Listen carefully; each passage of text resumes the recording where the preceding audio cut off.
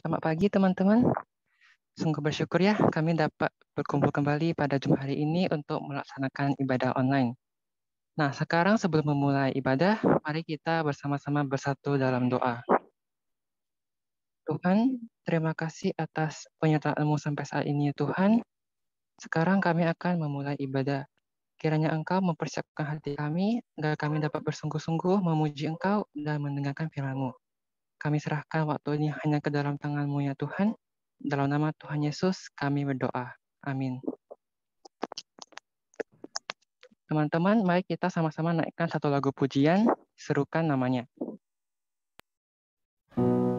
Muliakanlah Tuhan, bersama-sama dengan aku, marilah kita bersama-sama memasyurkan namanya. Mari kita bersama-sama menaikkan satu pujian, serukan namanya.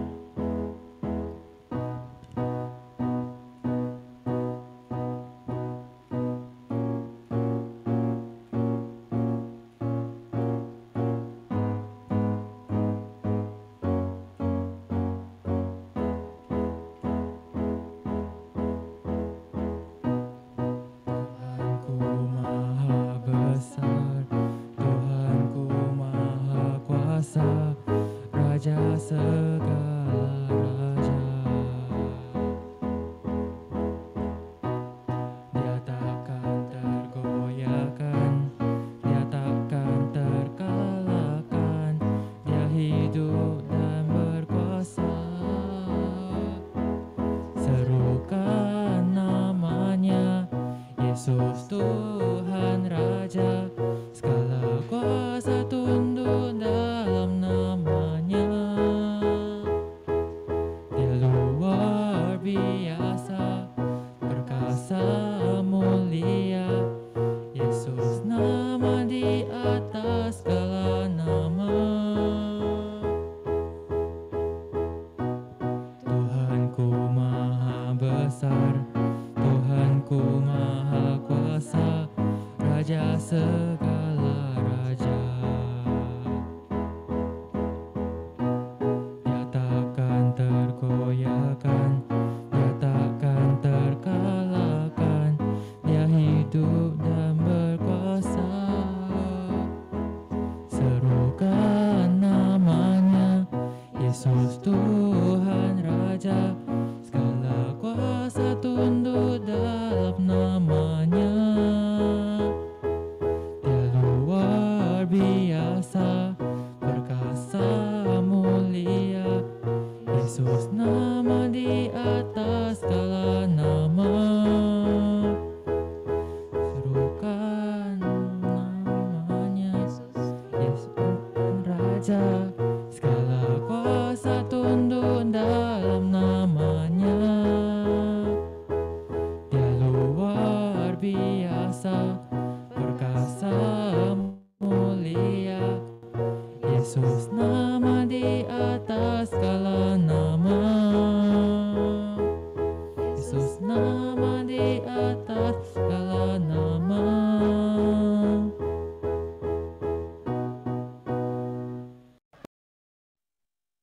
Teman-teman, sebelum kita memasuki firman Tuhan, marilah kita sama-sama menyanyikan satu lagu, Lord, I Want to Be a Christian.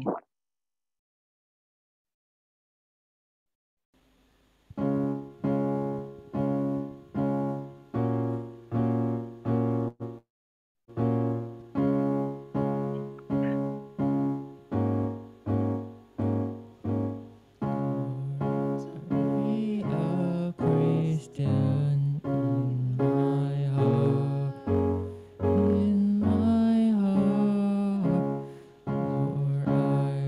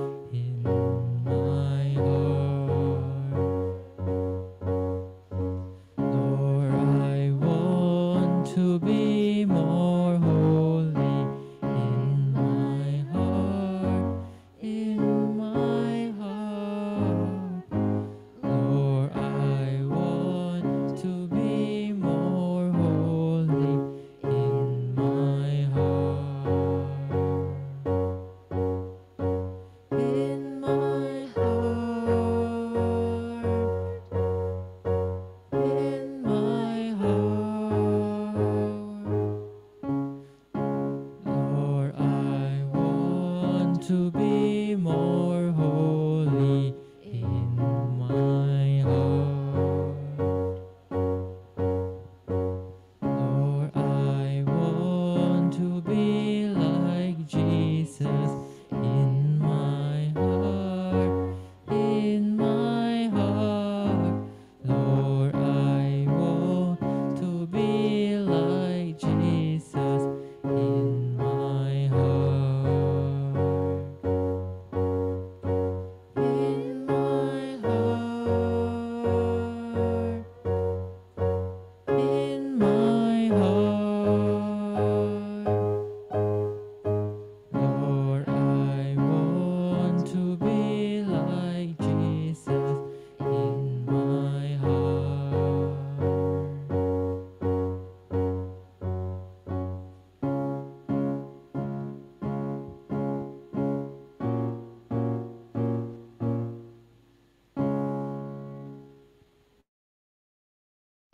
Untuk selebihnya, saya serahkan kepada contoh Jenny.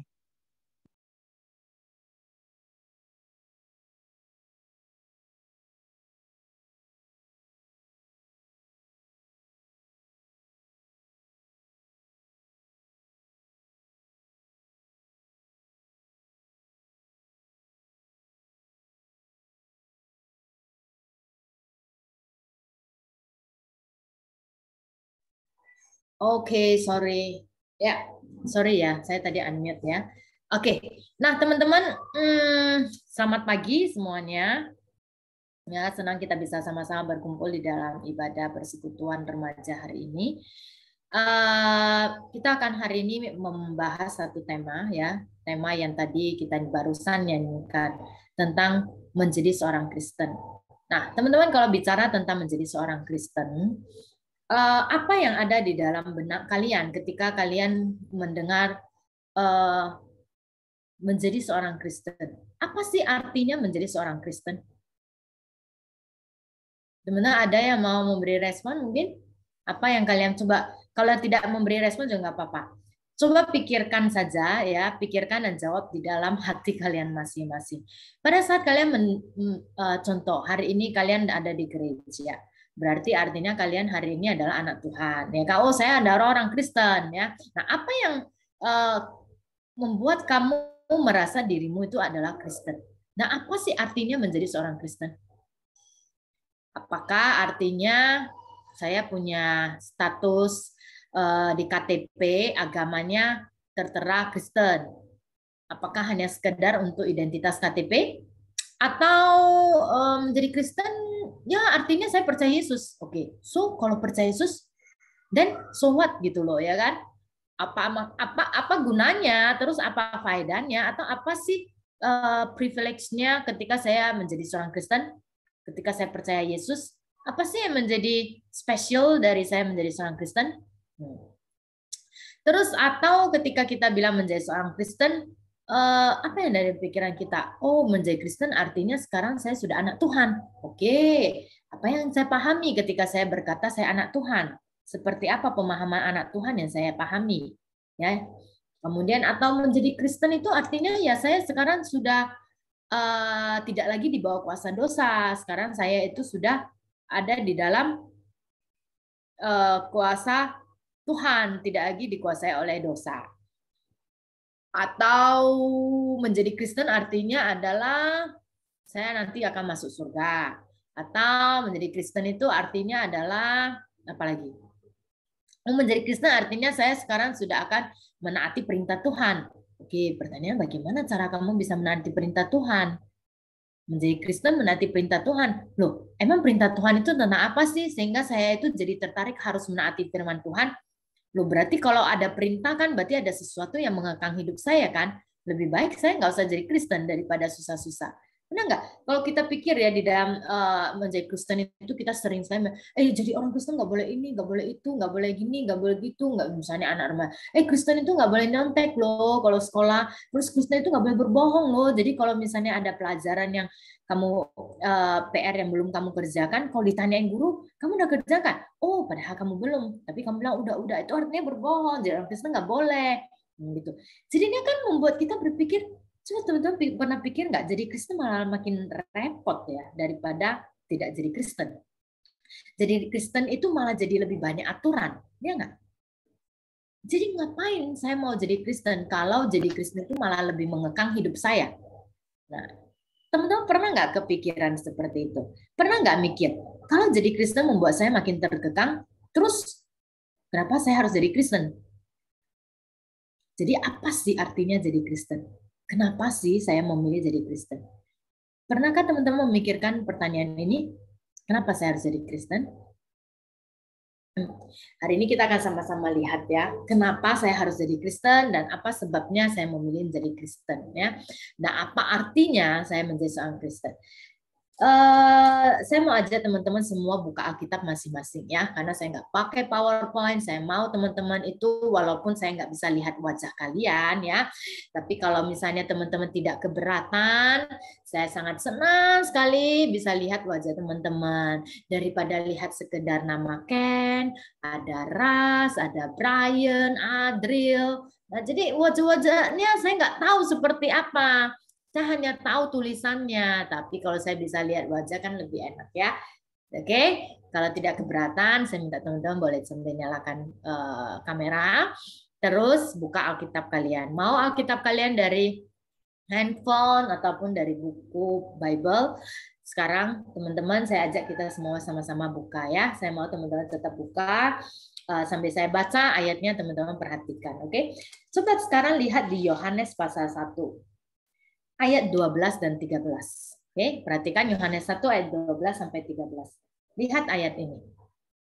Sudah buka? Yohanes 1, 12, 13. Yuk, kita sama-sama lihat apa yang dikatakan oleh ayat ini ya. Saya baca ya, Yohanes 1, 12, 13. Tetapi semua orang yang menerimanya diberinya kuasa supaya menjadi anak-anak Allah, yaitu mereka yang percaya dalam namanya. Orang-orang yang diperanakkan bukan dari darah atau dari daging. Bukan pula secara jasmani oleh keinginan seorang laki-laki, melainkan oleh kehendak dari Allah. Perhatikan ayat ini. Apa yang kita temukan? Kita lihat di awal ya, dikatakan di ayat 12. Tetapi semua orang menerimanya. Menerima siapa? Menerima Yesus ya. Dia bilang kalau kamu menerima Yesus, kamu itu diberi kuasa menjadi anak Allah. Menerima Yesus artinya apa? Dia jelaskan lagi di kalimat terakhir di belakangnya. Kamu menerima Kristus artinya kamu percaya dalam namanya. Oke, jadi menjadi Kristen itu apa? Oh, menjadi Kristen artinya saya menerima Yesus. Menerima Yesus artinya saya percaya kepada Yesus. Oke, pada saat kamu bilang, coba teman-teman ingat kembali, kapan pertama kali kamu percaya Tuhan? Kapan pertama kali kamu menerima dia sebagai juru selamatmu? Kapan pertama kali menerima dia sebagai Tuhan dalam hidupmu? Nah, waktu kamu menerima dia, tahu nggak apa yang terjadi pada dirimu? Orang saya pikir menerima Yesus artinya saya nanti sudah tidak akan dihukum masuk neraka. Saya akan masuk surga. Nah, itu sebabnya saya jadi Kristen. Supaya saya nggak masuk neraka. Tapi ayat ini bilang apa? Waktu kamu menerima Yesus, apa yang terjadi?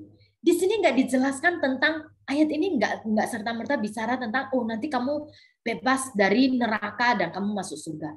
Tapi malah ayat ini ngomong satu hal. Apa? Saat kamu menerima Yesus, saat kamu percaya pada dia, kamu menjadi anak Allah. Wow, kamu itu dapat kuasa menjadi anak Allah. Pernah kalian pikir menjadi anak Allah itu apa sih privilege yang saya dapatkan dengan menjadi anak Allah? Saya kan anak papa mama saya udah cukup, ngapain saya butuh jadi anak orang lain? Ya nggak? Terus kenapa? Apa kamu yakin, kamu pengen punya orang tua yang lain? Dan hari ini kalau misalnya Bapa di surga panggil kamu anak, kamu yakin kamu mau dipanggil dia sebagai anak dan kamu mulai sekarang, mulai sejak kamu percaya Yesus, kamu harus panggil dia Bapa loh. Kamu yakin kamu mau? Banyak orang tidak pernah kepikiran itu. Banyak orang hanya memikirkan, Oke, saya percaya Yesus, stop, titik di situ. Yang penting saya percaya Yesus, dosa saya diampuni, stop. Jadi segala sesuatu bicara tentang be a Christian is all about me. Saya bebas dari dosa, nanti saya masuk ke surga, saya tidak lagi dihukum di neraka. Stop di situ. Kebanyakan orang yang mikirin tentang itu. Tapi orang tidak pernah berpikir kalau dia pada saat dia terima Yesus, sebenarnya dia sudah punya kuasa jadi anak Allah. Dan pertanyaannya, kenapa saya harus jadi anaknya? Itu yang jarang sekali kita pikirkan. Ngapain? Dan bahkan saya kan sekarang sudah punya Bapa di dunia. Ngapain saya harus panggil orang lain, apalagi panggil sosok yang pribadi yang tidak ada di dunia ini. Dan saya panggil dia Bapa, dan dia panggil saya anak. Emang apa keistimewaan dari panggilan ini? Pernah pikirkan? Apa yang ada di dalam relasi anak dan Bapa? Kalau hari ini misalnya kamu terima Yesus, berarti kamu panggil pencipta Allah itu sebagai Bapa. Kamu panggil Allah sebagai Bapa, berarti relasi kamu dengan Allah itu udah relasi dan seperti apa? Relasi seperti anak dan Bapa yang intim. Yang kedua, kalau kamu panggil dia Bapa, artinya sama seperti misalnya hari ini kalian punya papa, mama di rumah. Orang tua kalian, otomatis apa yang memberikan satu gambaran kalau kamu anak papa mamamu? Tanda kalau kamu anak papa mamamu apa? Satu, secara fisik mungkin bagian wajahmu atau matamu, hidungmu, pipimu, mulutmu atau yang mana ya, shape dari wajahmu itu pasti ada yang mirip dengan orang tuamu. Betul? Salah satu dari sisi fisiknya pasti ada kemiripan. Yang kedua, dari karakter misalnya. Saya pasti punya setidaknya karakter bawaan dari orang tua saya. Misal orang tua saya kalau ngomong cepat, maka saya punya bawaan ngomong itu cepat. Kalau misal karakter orang tua saya itu orangnya bicaranya lembut, maka saya bisa lembut. Atau misalnya kalau orang tua saya itu pintar, kebawa ke saya jadi pintar. Betul? Jadi artinya apa? Bukan hanya secara fisiknya mirip, tetapi dari segi kepribadian, karakternya juga mirip, punya sifat-sifatnya papa mama saya. Jadi kalau hari ini kamu panggil Allah sebagai Bapa kamu, berarti kamu memiliki DNA dari Bapa di surga kan? Betul? Sekarang pertanyaannya, gimana saya bisa jadi anak dia dan gimana saya bisa sampai punya DNA dia? Kalau saya pikir, lihat dirimu sekarang. Kalau kamu bilang kamu udah Kristen, kamu coba lihat bagian dari dirimu yang mana yang memiliki sifat dan karakter ilahi. Kelihatan nggak? Coba pernah pikir nggak? Hidung saya mirip sama Bapa di surga loh. Atau, cara bicara saya mirip Bapa di surga loh. Pernah nggak kalian pikirkan karakter ilahi yang apa yang kamu miliki hari ini? Dan karakter ini tidak dibuat-buat loh teman-teman. Misalnya orang tua kamu itu memang sangat murah kasih ya. Jadi misalnya lihat orang, misalnya lihat pengemis selalu mau memberi kan. Dan kamu, karena kamu punya DNA orang tuamu, tanpa kamu sadari itu juga melekat dalam dirimu, diturunkan sifat ini. Sehingga kamu melihat orang yang kesusahan, kamu selalu merasakan iba hati dan memberi. Tapi bukan karena papaku begitu, jadi aku harus contoh dia. Jadi aku berjuang dan berusaha untuk menyerupai papa saya. Walaupun sebenarnya dalam diri saya tidak punya belas kasihan itu. Jadi saya mencoba untuk mirip. Nah, kita tidak mencoba untuk mirip dengan orang tua kita karena di dalam diri kita ada DNA. Benar? Jadi sama seperti Bapak kita di surga, kita tidak perlu mencoba untuk mirip dengan Papa kita di surga karena udah ada DNA. Nah, yang kita butuhkan adalah melihat seperti apa DNA itu ada dalam diri kita.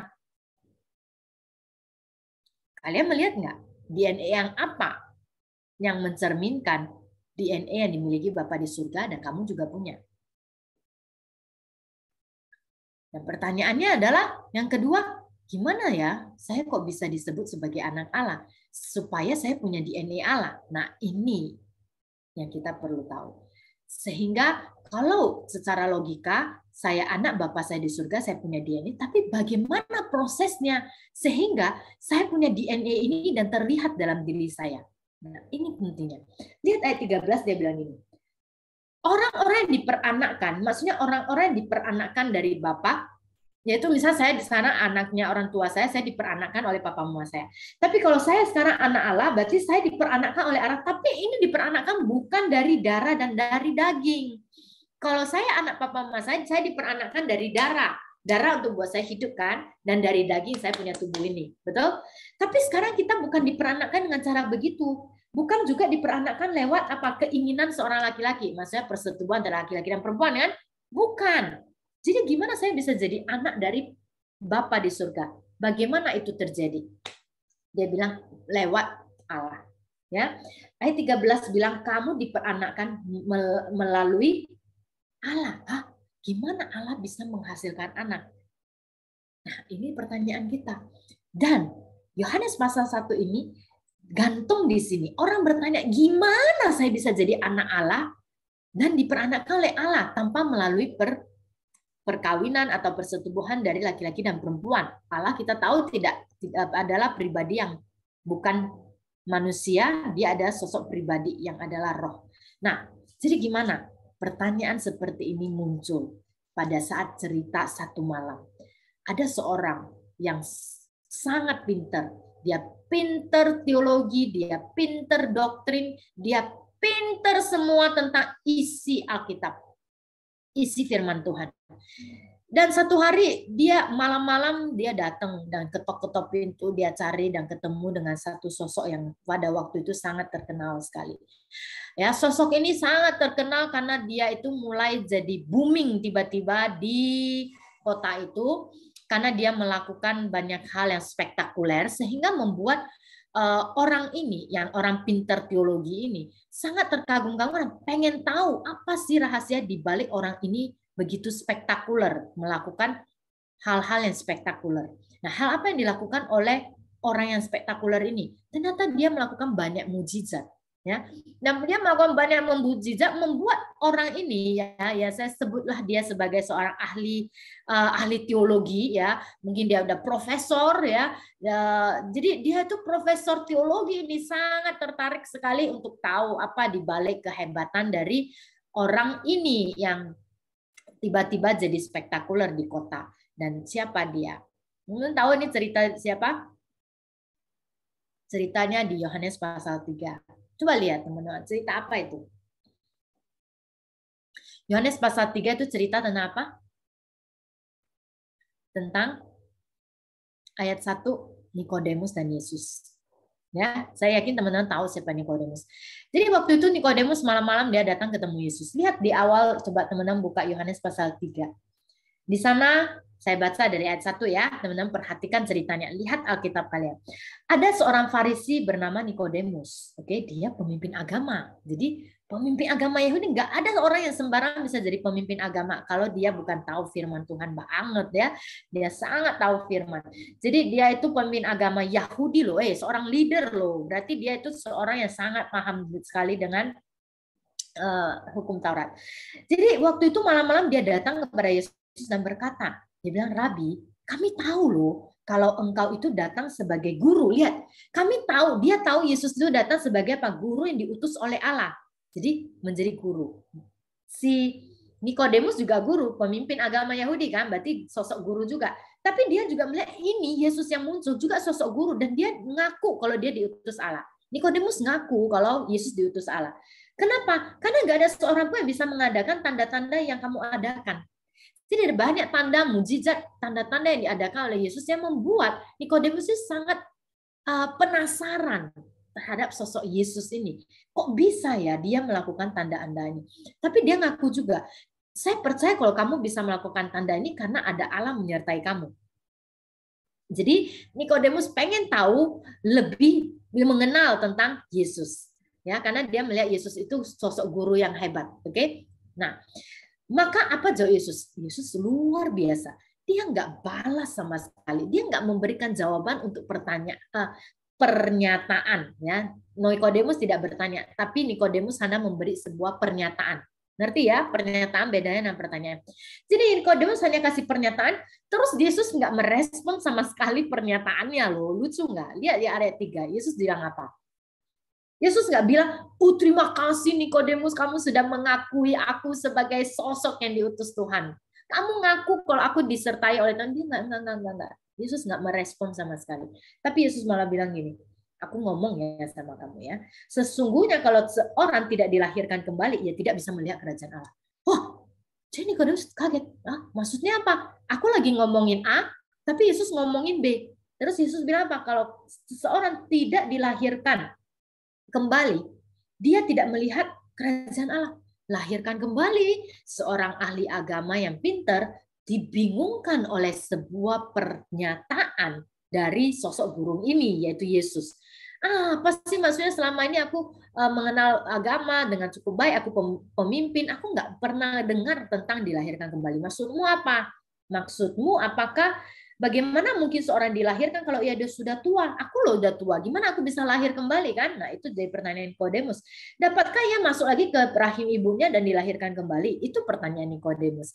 Lalu apa jawab Yesus? Aku berkata kepadamu, dengar, Yesus bilang, jika seorang tidak dilahirkan dari air dan roh, ia tidak dapat masuk kerajaan Allah. Nah, jika seorang tidak dilahirkan dari air dan roh, ia tidak dapat masuk kerajaan Allah. Apa yang dilahirkan dari daging, itu adalah daging. Apa yang dilahirkan dari roh, itu adalah dari roh. Jadi tadi kita baca Yohanes 1. Gimana kamu jadi anak Allah? Yohanes 1 bilang tadi kita jawabnya apa? Ayat 13, kamu bukan dilahirkan dari darah dan daging kan? Berarti bukan dengan cara kamu masuk lagi ke perut ibumu, kemudian lahir lagi, nanti jadi manusia baru. Enggak. Jadi kamu dilahirkan dari Allah. Dengan cara apa? Inilah Yesus jawab di sini. Dengan cara bukan lahir masuk ke perut rahim ibu seperti yang dipikirkan oleh Nikodemus, tapi kamu ini dilahirkan dari air dan roh. Gimana hari ini kamu jadi anak Allah? Pernah nggak sih kamu berpikir, ini orang hanya mikir gitu, oke yang penting saya percaya Tuhan, maka sekarang saya bisa menyebut dia Bapa. Tapi tahu nggak prosesnya? Gimana kamu bisa sampai memanggil dia Bapa dan dia panggil kamu anak? Prosesnya apa? Gimana disebut kamu dilahirkan kembali sementara kamu tidak melihat kamu masuk ke dalam perut ibu kan? Lalu kamu dilahirkan dalam apa? Teman-teman, ini adalah kata kunci yang sangat penting yang kita perlu tahu kalau what it means to be a Christian. You are born again. Kalau kamu tidak mengerti kamu lahir kembali dalam air dan roh, maka kamu hanya menjadi orang Kristen KTP. Dulu mungkin agama saya A, sekarang saya berubah menjadi B. Hanya sekedar itu. Hanya berbicara tentang pindah agama. Hanya berbicara tentang mengganti status KTP. Hanya berbicara tentang mengganti status IG saya. Dulu saya ini, sekarang saya ini. Nanti saya buat di status IG. I am a Christian now. What for? Kalau kamu tidak ngerti prosesnya gimana saya menjadi Kristen. Teman-teman perlu lihat. Apakah kamu sudah dilahirkan dalam air dan roh? Apa artinya air? Air mengingatkan kita tentang apa? Coba ingat-ingat teman-teman waktu percaya Tuhan. Terus kalau di gereja biasanya bukti kamu percaya Tuhan ada apa? Selalu ada satu bukti pernyataan. Apa? Siapa boleh jawab? Enggak, ini pertanyaan kan mudah sekali. Boleh nggak jawab? Nggak usah mikir-mikir, nggak usah ini. Apa? Salah satu yang akan diminta gereja sebagai bukti kamu mau mengakui kalau kamu adalah orang Kristen? Baptis. Ya, benar, Elvina. Baptis, ya kan? Baptis itu pakai apa? Selalu identinya pakai air, kan? Nah, pada saat kamu baptis pakai air, di saat kamu pakai air itu tahu nggak kenapa baptisan? Lihat Yohanes Pembaptis membaptis orang juga dengan air. Waktu Yohanes membaptis itu apa tandanya? Panggilan apa? Pertobatan, kan? Oke. Jadi ketika baptis itu tanda baptisan dengan air itu artinya adalah air itu sebagai simbol untuk menyucikan kamu dari dosa. Itu ada simbol membereskan kamu dari dosa. Oke? Jadi air itu memberi tanda untuk kamu itu sudah dibersihkan. Air kan kalau kamu kotor, contoh. Teman-teman kalau udah main di luar atau kebasahan ya karena hujan basah kuyup mandi, bersihkan tubuh, ya kan? Dengan air kan supaya kamu bersih kembali. Jadi air itu punya tanda untuk membersihkan. Jadi waktu kamu dibaptis, sebenarnya tanda apa yang kamu pahami dari baptisan? baptisan itu, kalau baptisan di zaman dulu di waktu zaman Yesus itu kan mereka baptisnya selam ya. Nah, itu maknanya sangat indah sekali baptis selam, di mana ketika kamu dibaptiskan kamu diturunkan kan ke dalam air kan. Nah, kamu diturunkan ke dalam air, kemudian nanti kamu waktu ditarik angkat kembali. Berarti seluruh tubuhmu dimasukkan dalam air, dibersihkan ketika, artinya ada manusia lamamu itu sudah diturunkan, manusia lama kamu itu dimatikan. Waktu kamu naik dari air, itu adalah manusia baru. Itulah tanda bahwasanya sekarang kamu manusia baru, di mana kamu itu dosamu sudah diampuni, karena tadi kamu turun, sudah dibersihkan, manusia lama kamu sudah mati, dan kamu naik sekarang sudah jadi manusia baru. Wah, simpel kan? Gak perlu keluar dari perut mama kan? Nah, itu simbolnya. Air. Air mengingatkan kita adalah ada satu penyucian di mana saya yang sekarang manusia lama. Ada dosa saya. Sekarang saya sudah dibersihkan. Ketika saya naik kembali dari air itu mengingatkan saya, membersihkan tubuh saya, dan saya bangkit, dan saya bersih, dan sekarang saya sudah manusia baru. Manusia baru di mana tidak stop di sana. Gimana saya bisa melihat manusia saya ada manusia baru sementara saya masih daging, wajah tetap sama. Ini tetap Jenny loh. Dulu saya pakai kacamata, sekarang saya percaya Yesus tetap pakai kacamata kan? Tetap. Lalu apa yang membedakan? Lihat, bukan hanya air, tapi kamu dilahirkan dalam roh. Nah, ini kata kunci kedua. Air untuk membersihkan kamu dari dosa sehingga kamu menjadi manusia baru yang sudah bersih. Dan yang kedua, manusia baru yang bersih ini di dalam dirimu ada roh. Apa pentingnya roh? Nah, ini dia. Apa pentingnya roh? Teman-teman tahu, waktu ingat nggak? Waktu Adam dan Hawa jatuh dalam dosa, mereka mati nggak? Mereka mati secara rohani kan? Mati rohani apa? Mati rohnya, sehingga terpisah dari Allah. Sehingga manusia sejak Adam dan Hawa tidak bisa berbicara dengan Allah secara langsung seperti di Taman Eden kan? Betul nggak? Pernah nggak mikir? Waktu di Taman Eden Adam dan Hawa itu bisa ngobrol sama Tuhan bebas kan? Coba kalau Adam dan Hawa nggak jatuh dalam dosa. Sampai hari ini kita ngobrol sama Tuhan direct loh. Maksudnya directnya dalam arti bisa seperti di waktu Taman Eden. Ya, bisa lihat Tuhan, bisa berbicara, ngobrol seperti itu. Tapi kan sejak Adam dan Hawa jatuh dalam dosa, lihat dari perjanjian lama, apa yang terjadi? Bangsa Israel tidak bisa langsung bicara dengan Tuhan. Harus ada perantara. Kenapa? Karena sudah ada pemisah. Roh manusia sudah mati dengan roh Allah, terpisah. Artinya terpisah. Jadi ketika Yesus datang adalah untuk membuat kita hidup kembali, lahir kembali sebagai manusia baru, diberi roh kita hidup kembali sehingga kita bisa berelasi kembali kepada Allah. Sehingga hari ini walaupun mata saya nggak bisa lihat Tuhan, tapi saya berdoa, hati saya ada roh yang membuat saya yakin bisa merasakan kalau Allah ada. Karena Allah itu apa? Nah, sekarang kita masuk ke Yohanes pasal 4. Lihat bagaimana Yesus melanjutkan cerita dia untuk membuat kita mengerti apa artinya menjadi seorang Kristen. Lihat Yohanes pasal 4 ayat ke 24. Siapa Allah itu? Ayat 24 dikatakan Allah itu roh. Kalau Allah adalah roh, saya anak Allah. Saya sudah bisa berbicara dengan Allah. Saya bisa berkomunikasi dengan Allah. Berarti saya harus punya apa untuk saya bisa berkomunikasi? Roh saya harus hidup kan? Waktu saya berdosa, roh saya kan udah mati. Maka tadi teman-teman saya bilang Adam dan Hawa sejak dia jatuh dalam dosa, dia sudah rohnya mati. Itulah artinya terpisah, mati rohnya. Terpisah dia nggak bisa komunikasi lagi. Tapi karena lewat Yesus, saya percaya pada Yesus, Yesus sudah mati untuk saya, maka saya hidup kembali, saya lahir kembali di dalam air, ya, menyucikan saya dari dosa, dan saya sekarang diberikan roh yang hidup. Sehingga saya bisa berkomunikasi dengan Allah. Karena di Yohanes 4 ayat 24 berkata, Allah adalah roh. Terus dikatakan apa lagi? Allah adalah roh, barang siapa menyembah dia. Kamu gimana bisa menyembah Allah kalau Allah adalah roh? Karena di dalam dirimu sudah ada roh yang hidup. Roh kamu hidup, sehingga ketika kamu menyembah dia, kamu akan menyembah dia dalam roh dan kebenaran. Nah, teman-teman, ini kata kuncinya yang indah. Kalau hari ini kamu udah anak Allah, kamu bisa berrelasi dengan Allah. Kamu bisa menyembah Allah sebagai Allah yang hidup. Karena dia adalah Bapa kamu. Gimana caranya? Allah adalah Roh. Sehingga kamu bisa sekarang berrelasi dengan Allah. Dan kamu bisa panggil dia sebagai Bapamu karena roh kamu sudah dihidupkan sehingga Allah memperanakkan kamu di dalam air dan roh. Sehingga gimana saya bisa punya, nah sekarang kan pertanyaan kedua, gimana saya bisa punya DNA-nya Allah? Kan?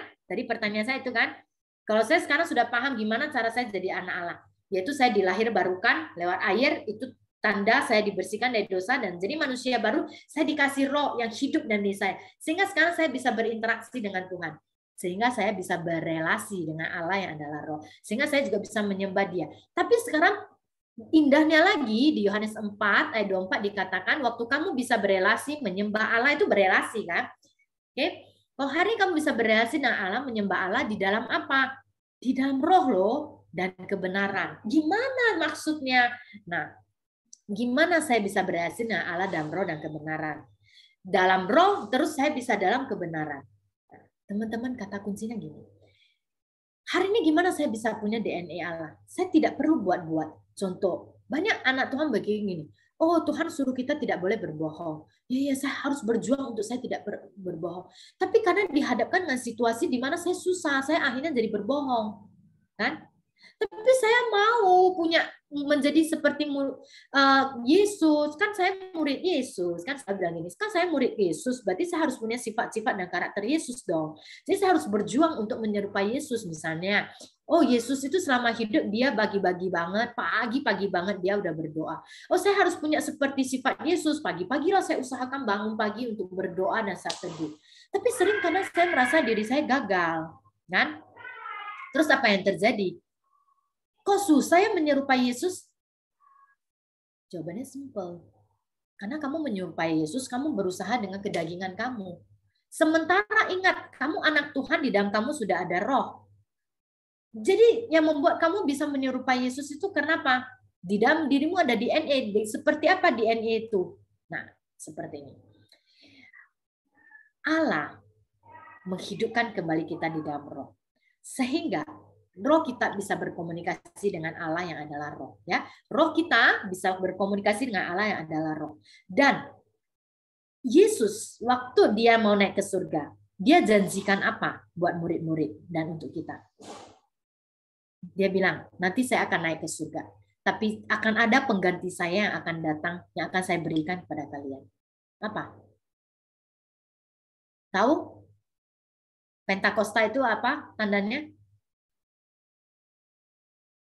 Hari turunnya Roh Kudus kan? Betul? Jadi Yesus naik ke surga, dia menjanjikan akan ada Roh Kudus di dalam diri kita. Jadi bagi setiap anak-anak Tuhan, di dalam dirinya akan diberikan Roh Kudus. Pada saat kamu percaya, maka tadi dikatakan kamu dilahirkan dari air dan roh. Dilahirkan dari air dan roh. Roh itu artinya apa? Bukan hanya rohmu hidup, tapi kamu juga diberikan Roh Kudus dalam dirimu. Sehingga Roh Kudus ini, peran Roh Kudus apa sih dalam hidup kita? Oh, supaya saya bisa berbahasa roh. Peran Roh Kudus untuk apa sih? Oh, supaya saya bisa berbahasa roh, atau supaya saya bisa apa? Apakah Roh Kudus bisa bicara soal berbahasa roh? Coba kita lihat ya. Ketika bicara tentang Roh Kudus, apa sih peran Roh Kudus? Sekarang saya ajak lagi teman-teman buka Yohanes 16. Oke, kita lihat Yohanes 16. Sebentar kita lihat di sana. Yohanes 16 ayat yang ke-13 dan 14. Oke, saya baca ya, Yohanes 16, 13, 14. Teman-teman perhatikan. Inilah apa peran dari Roh Kudus dalam diri kita. Kenapa Allah memberikan kita roh yang hidup sehingga Roh Kudus bisa tinggal dalam diri kita. Nah, apa hubungannya? Oke, lihat. Ayat ke-13 dan 14. Apabila ia datang, yaitu roh kebenaran, yaitu Roh Kudus. Kalau datang, ia akan memimpin kamu. Nah, lihat. Dia yang akan memimpin kamu kepada seluruh kebenaran. Caranya, sebab ia tidak akan berkata-kata dari dirinya sendiri, tetapi di segala sesuatu yang ia dengar, ia katakan. Dan ia akan memberitahukan kepadamu hal-hal yang akan datang. Oke, apa yang dia beritakan? Lihat ayat 14. Ia akan memuliakan aku di sini Yesus.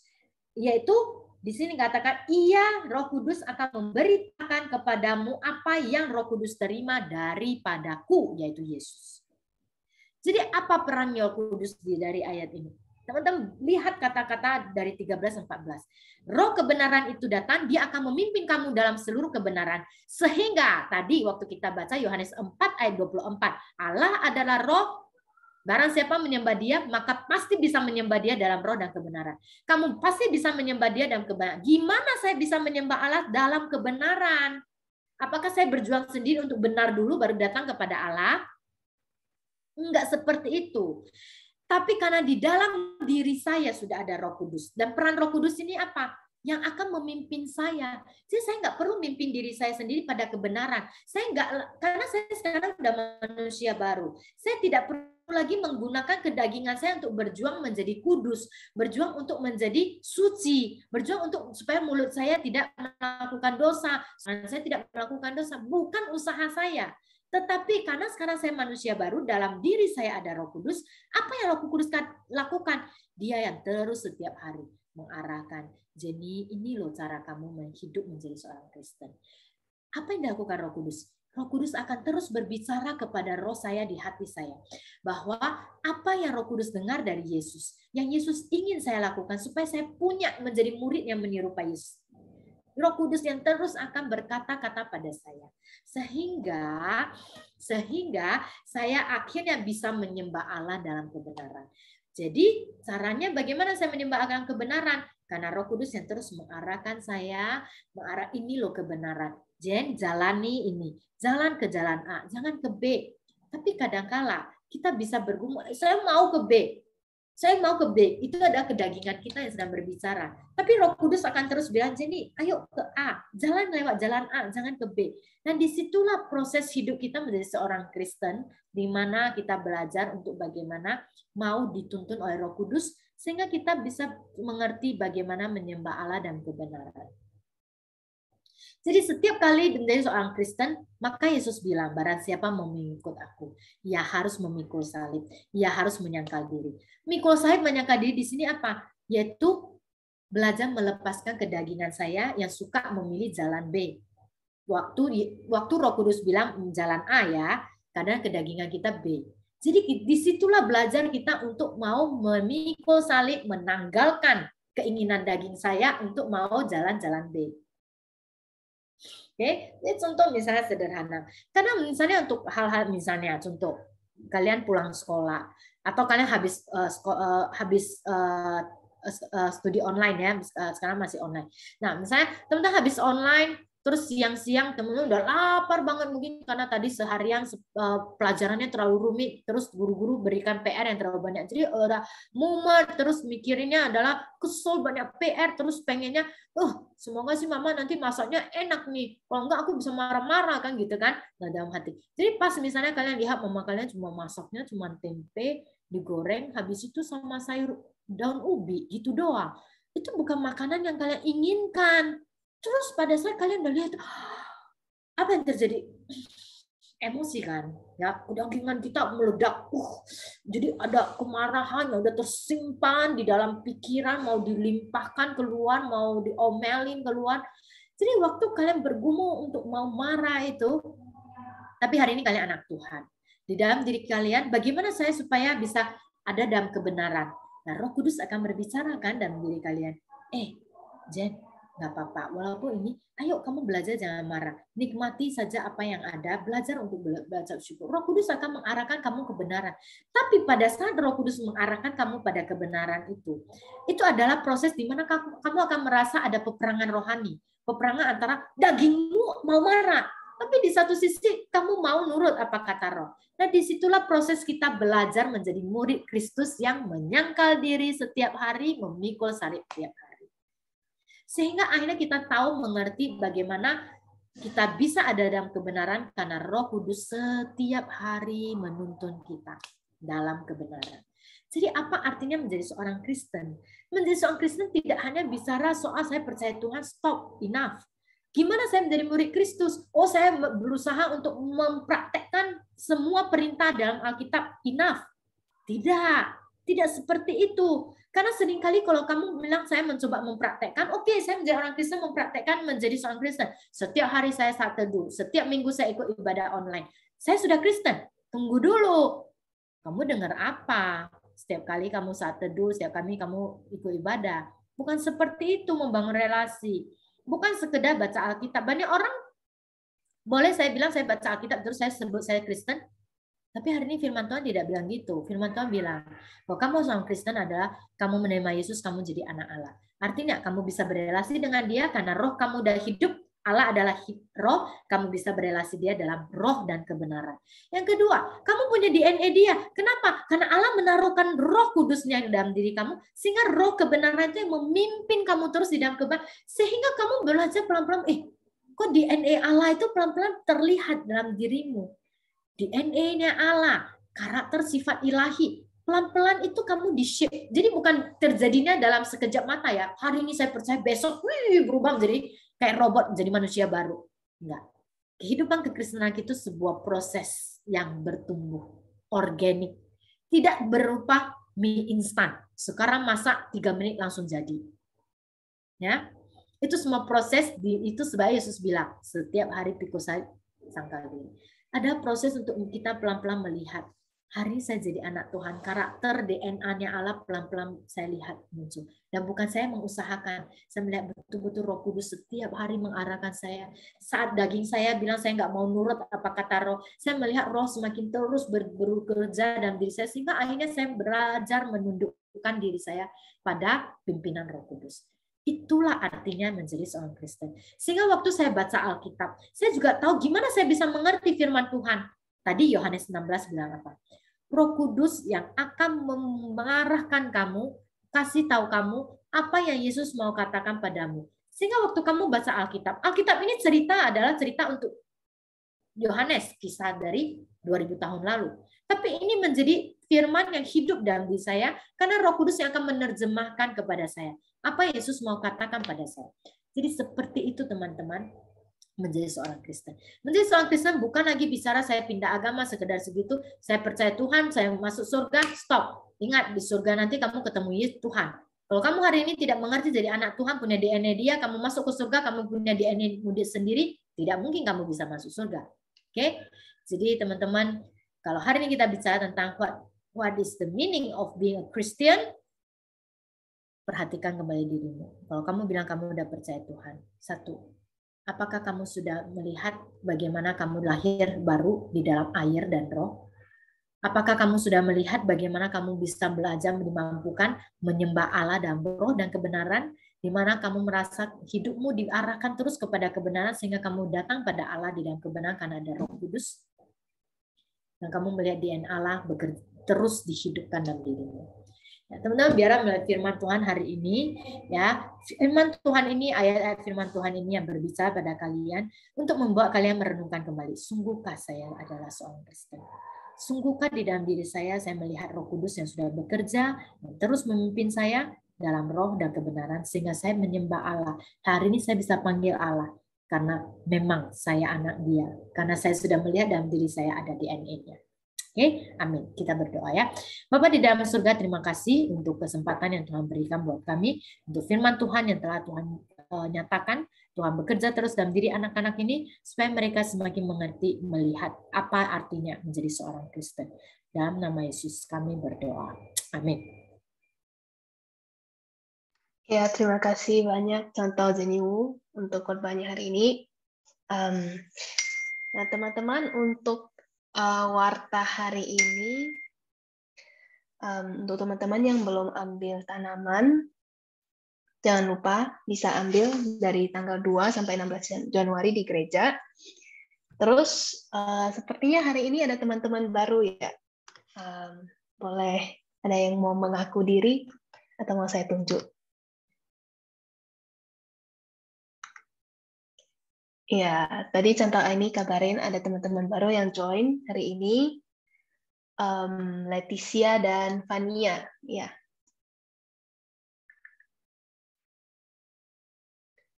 Halo Leticia dan Fania. Halo Leticia, halo Fania. Selamat datang. Halo. Halo.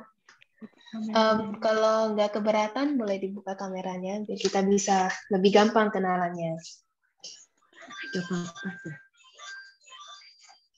Halo Leticia. Kamu kelas berapa sekarang? Kelas 7.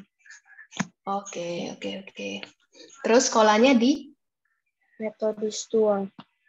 Oh, oke. Selamat datang ya. Semoga bisa terus mengikuti ibadah di Tim GKI Medan. Dan Fania, boleh perkenalkan diri.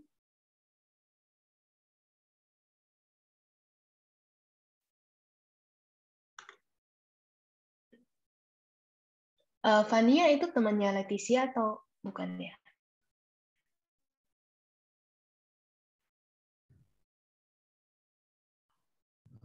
Oke, sepertinya dia live ya. Oke, gak apa-apa.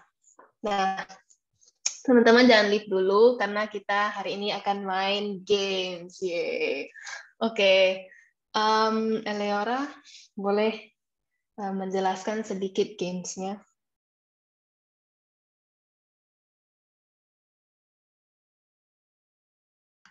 Oke, rupanya saya yang jelaskan.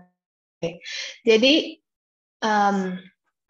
hari ini gamesnya kita akan main Whisper Challenge online. Nah, jadi teman-teman kita akan kasih sedikit 2-3 kata kepada teman-teman. Kita akan private chat. Lalu kalian buka kamera, tapi kalian mute, tapi kalian ngomong gitu. Jadi teman-teman yang lain kita nebak apa yang kalian ngomongin gitu. Apakah sudah jelas? Oke, jadi Eleora akan tunjuk ya. Oke. Silahkan. Pertama, saya tunjuk Alvina. Oke, saya dulu ya. Berarti udah mengerti ya semuanya ya. Nanti kalian bisa tebak dan coba bisa jawab di kolom chat. Oke. Boleh tolong private chat. Dan nanti yang dapat poin terbanyak akan menang ya, akan mendapatkan Burger King atau apapun yang sedang diskon di GrabFood seperti biasa. Sorry ya, saya permisi ya teman-teman. Oke, Contoh. Menikmati. God bless Thank you, Santa Jenny. Thank you, Contoh Jenny. God bless.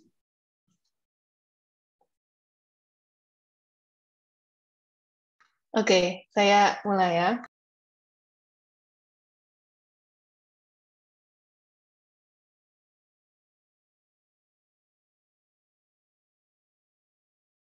Apakah susah? Perlu clue nggak, teman-teman?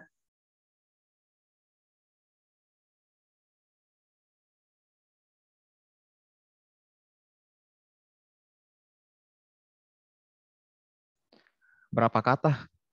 Dua kata. Saya ulang ya.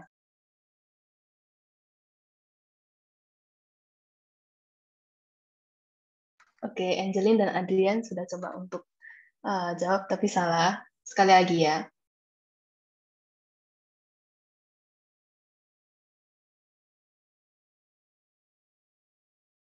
Oke, saya kasih clue deh. Ini binatang.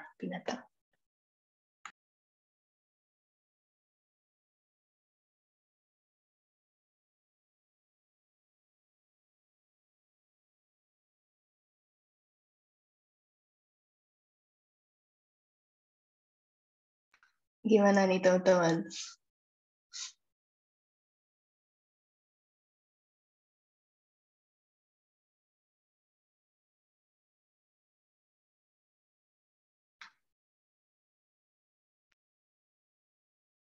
Oke. Saya kasih clue lagi deh. Ini adalah hewan invertebrata. Hewan yang tidak bertulang belakang. Saya ulangi sekali lagi.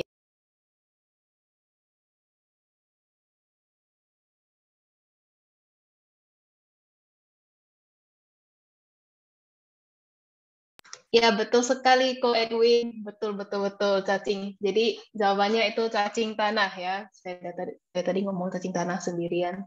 seperti orang gila, tetapi gak apa-apa. Oke. Oke, Eleora boleh tunjuk orang yang selanjutnya. Stefan.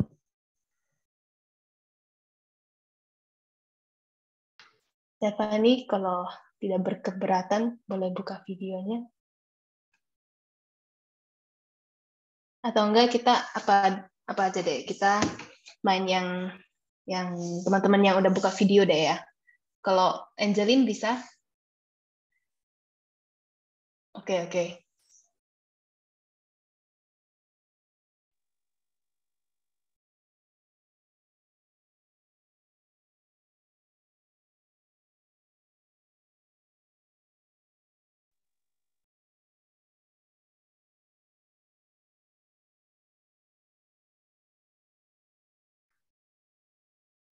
Barang. Dekat. Barang. Berapa kata? 2.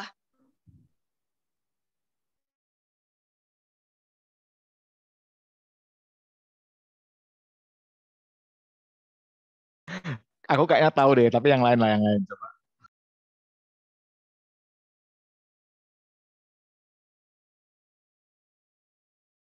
Ulang. Angel agak tinggi dikit mungkin biar lebih kelihatan. Ya.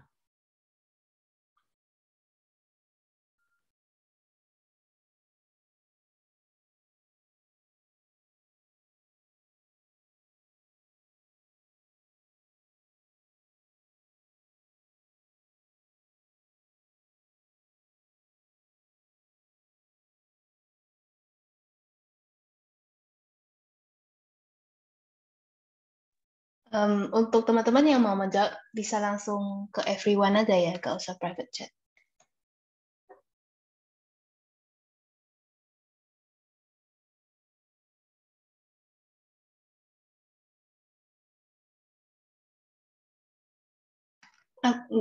Maksudnya apa ini? Benar. Siapa benar? Ada yang private chat, Leticia. Oke, berarti Leticia dapat ya. Apa jawabannya?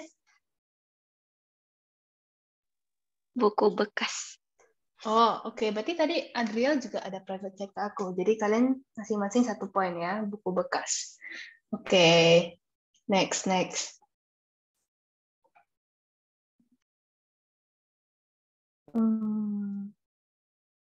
Koadmin. Aku jelas nggak di sini kelihatannya? Jelas. Nanti kita spotlight. Ya, oke.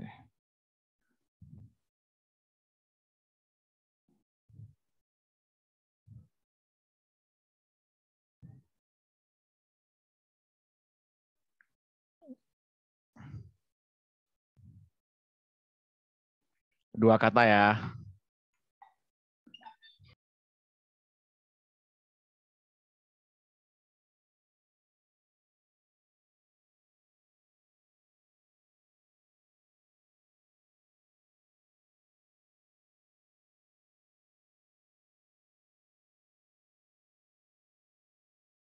Boleh kasih clue nggak? Benda. Susah ini. Benda. Oke, benda. Benda yang teman-teman pasti pakai kalau pergi sekolah. Tapi nggak tahu ya sekarang sekolah online masih pakai nggak? Tapi kayaknya masih lah masih. Ulang ya, 2 kata ya.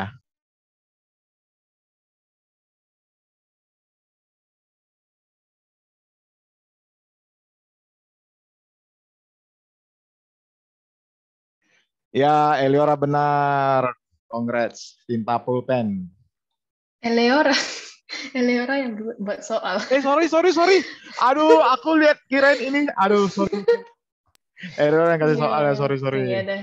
Ya, soal. yang lain. Sorry.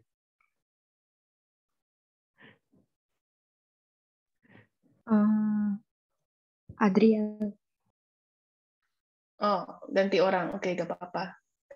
Adriel, saya spotlight ya. Berarti tadi yang KOP gak ada ya?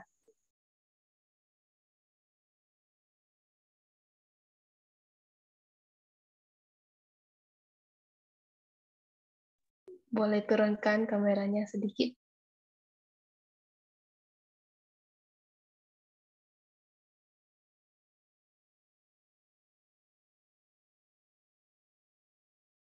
Oh, ini sepertinya nggak gitu susah ya teman-teman. Boleh kasih clue? Warna. Ya, iya betul kan ya. Hitam putih. Jekin, oke, sip, sip, sip. Wah, ini satu semua ya. Kalau begitu, satu soal terakhir deh, yang tiebreaker ya. Bisa Jonathan, boleh dibuka kameranya. Ya, baru bangun tidur dia kayaknya. Oke.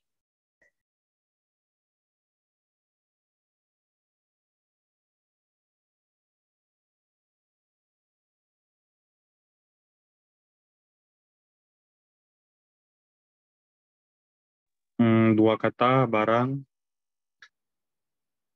Ya, oke.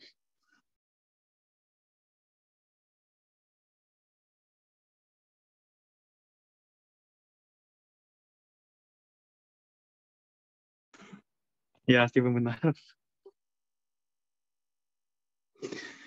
Iya, iya, oke. Belum Oke. dapet ya. Berarti, oke. Kita main aja sampai ada yang dapat 2 soal ya.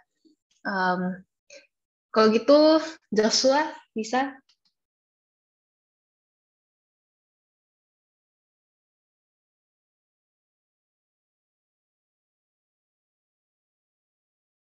Asik, oke.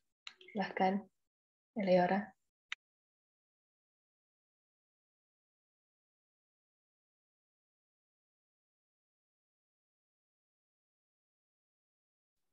Dua kata buah.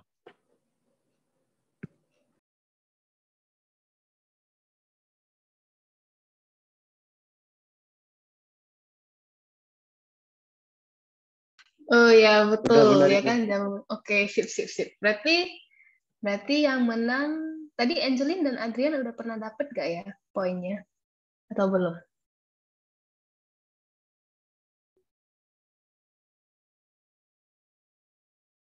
Ya, kayaknya belum ya tadi ya.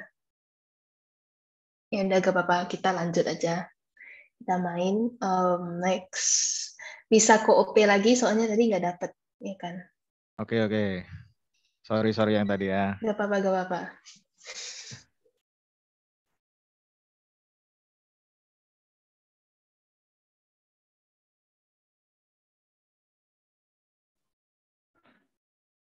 Wah, ini susah nih.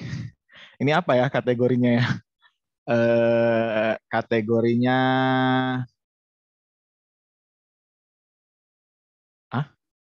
alam.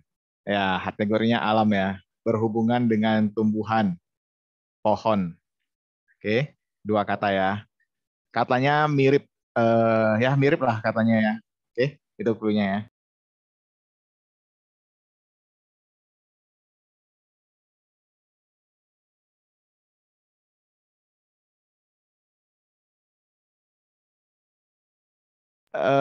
Angelin Adrian dikit lagi.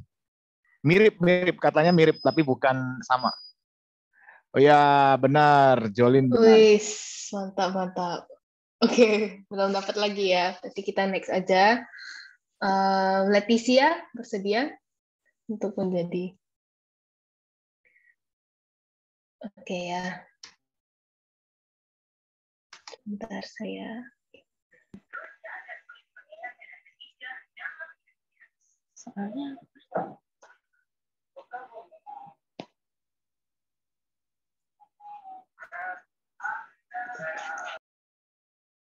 Dua kata barang.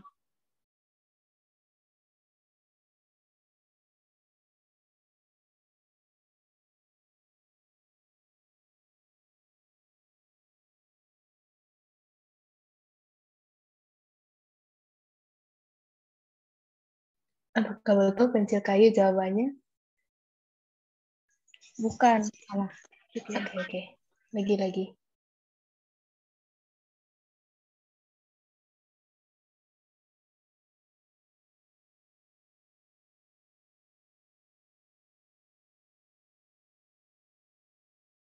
Mungkin clue-nya boleh lebih spesifik.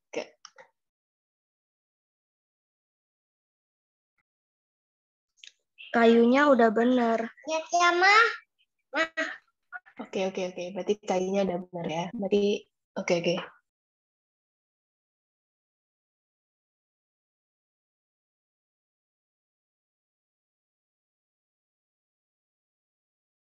Leticia boleh ulang sekali lagi mungkin?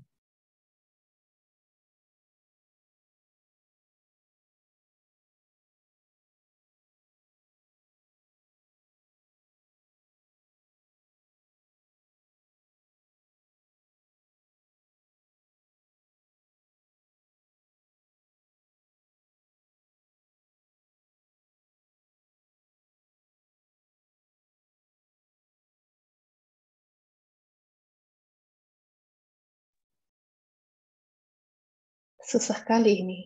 Sendok kayu, benih kayu, ada yang tulis besi kayu lagi.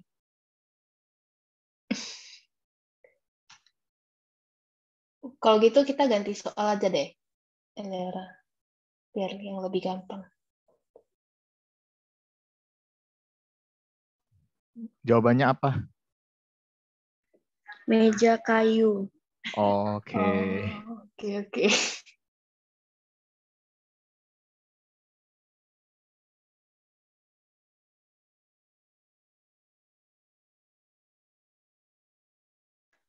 Dua kata kendaraan.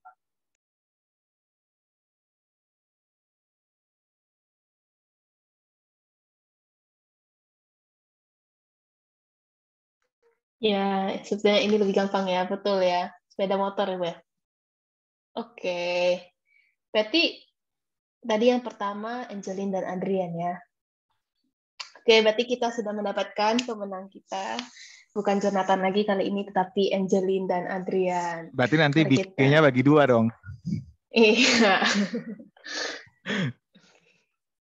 Oke. Terima kasih teman-teman untuk ketersediaannya untuk main game hari ini dan untuk mengikut ibadah. See you. Tapi sebelum itu kita berdoa dulu ya. Kok OP boleh pimpin dalam doa. Oke, teman-teman, kita mau bersama-sama berdoa ya, mengakhiri pada hari ini ya.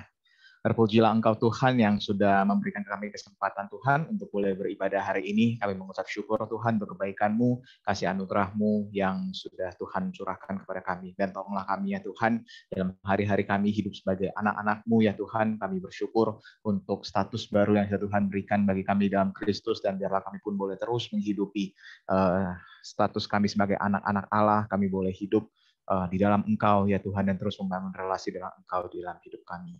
Biarlah Tuhan kami sempurnakan doa kami ini sebagaimana doa yang sudah Tuhan ajarkan kepada kami. Teman-teman, mari kita bersama-sama mengucapkan doa Bapa kami.